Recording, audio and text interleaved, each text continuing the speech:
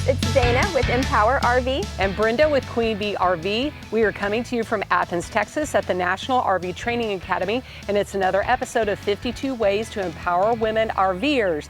And we are standing at Dana's campsite by her rig, and we want to go over the water systems and the two ways that we can get water through our plumbing system, our water distribution system, and some best practices to maximize your experience with it. So we're going to talk about, there's some RVnese terms in here. Yep. Let's talk about ways that you can get water into the system. And the first one is called city water. And that means when you're at a campground or somebody's house, wherever you decide to connect, that you are going to connect to a water spigot or a hose bib with water coming from the city or the county, something to do with the municipality, and that is going to be connected to your rig. Now, I'll talk about water pressure in a minute, and that I just want to note that you're getting pressure from the city when you connect to city water. So Dana's city water connection is right here. It's a threaded cap. She has a cool little feature on the end here to help her hose not take such a hard bend whenever it's plugged or connected to the camper. So there's little brass elbows and fun things that you can do, because sometimes we put extra accessories on there. So city water is one of the ways that we do this. That pressure that comes from the municipality, from the city, is really unpredictable. Right.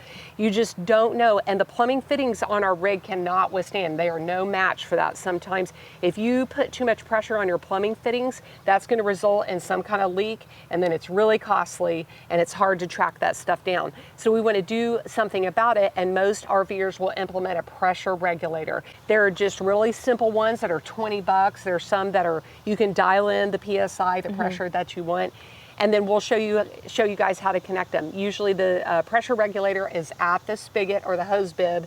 And then one more little feature here, some people will use a filter. If you're going to, maybe you just want the cleanest water for your shower and washing your hands. Some people actually drink the water inside. So you can attach that filter either at the spigot or here, and we've got pros and cons for that. And we teach about it at 52U. So we'll teach you more.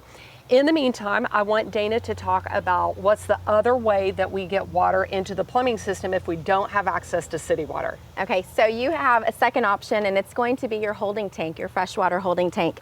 This happens to be where mine is. Mine is actually a gravity fill. You have two options. Let's see if I can open that. I actually just have to poke the hose in there and fill it up. You might also have a threaded part right here. So there's two different ways. It just depends on your rig. The gravity is bigger, isn't it? Gravity is bigger, and the actual full head of the hose will fit right in. Yeah. It won't go too far down, but it fits right in and will fill up on its own. You'll know that that's full because on a gravity fill, it will come gushing back out at you, which is totally normal. Sometimes you've seen somebody walking through the campground that might have water pouring out of their camper because they have forgotten that they were filling their fresh water. Not a problem to just turn the water off. If you have the threaded, there is a safety feature on the interior water tank holding system where there's an opening at the top. So if you are threaded and you don't have the luxury of it pouring back, it's going to come out the top underneath your camper. So if you see water coming out from under your camper and you're filling, you're full. You can also check your control panel, your panel board in the camper to know where you are. But we encourage you to use this holding tank because two things. When you use the holding tank, you would use it when you're boondocking. Right. A lot of people will fill it at the campground regardless if they're on city water, because we've all experienced the campground losing water pressure. Somebody's broken a pipe, run over something, and if you don't already have water, then you're kind of out of luck until they get it fixed. So most people will fill it when they get to a campground, and you can use this freshwater holding tank as a supplement to city water pressure as well. That's a great idea. So if you have poor water pressure coming from the city tank, you'll turn on your water pump interiorly, and that will supplement that city water with the fresh water coming from your tank to give you a better PSI. You just reminded me of something. Do you travel with your holding tank full? I do not. We've learned in our courses here at the Big Red Barn that best practice is not to travel with your tanks full. There's lots of reasons for that, and if you want to know, come take your classes here. It's heavy. But it's heavy, first of all, and the way they're designed and built. it's just not the way they used to be. So I do travel with a little bit of water just for washing hands, flushing toilets, things like that while we're en route. Right. But not full, not even half full. Right. And I try to dump the black tank every time, you know, we leave a campground so that we're leaving with the least amount of weight in our camper as we can. Plus, gas is expensive these days. I know, So gosh. if you're not, the less weight you're pulling, the better.